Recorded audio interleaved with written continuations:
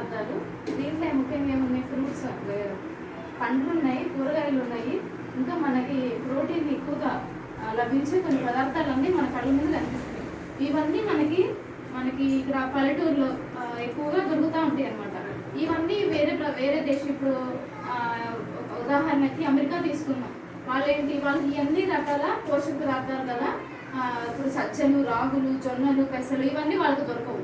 వాళ్ళకంటూ కొన్ని పద్ధతులు ఉంటాయి. ఏంటి? రొట్టెలు, వేరే పదార్థాలన్నీ దొరుకుతాయి. వాటి వల్ల తినడం వల్ల అంటే వేరే రాష్ట్రాల్లో, వేరే దేశాల్లో ఏంటి వాళ్ళకి ఎక్కువ షుగర్ వ్యాధి రావడము, చక్కెర వ్యాధి రావడము, బీపీ, పక్షవాతము ఇవన్నీ వాళ్ళకి ఎక్కువగా జరుగుతూ ఉంటాయి. ఎందుకంటే ఇలాంటి రకమైన బాగా పోషకాలు కలిగిన ఆహారాలు వాళ్ళకి పంటలు అనమాట, వాళ్ళకు ఉండదు.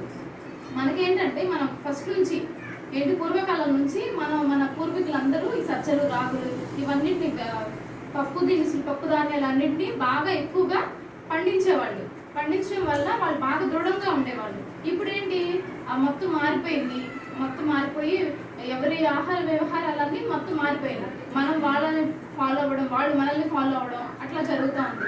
ఎప్పుడైతే మనం వేరే దేశపు ఆహార పద్ధతులను పాటించడం వల్ల మన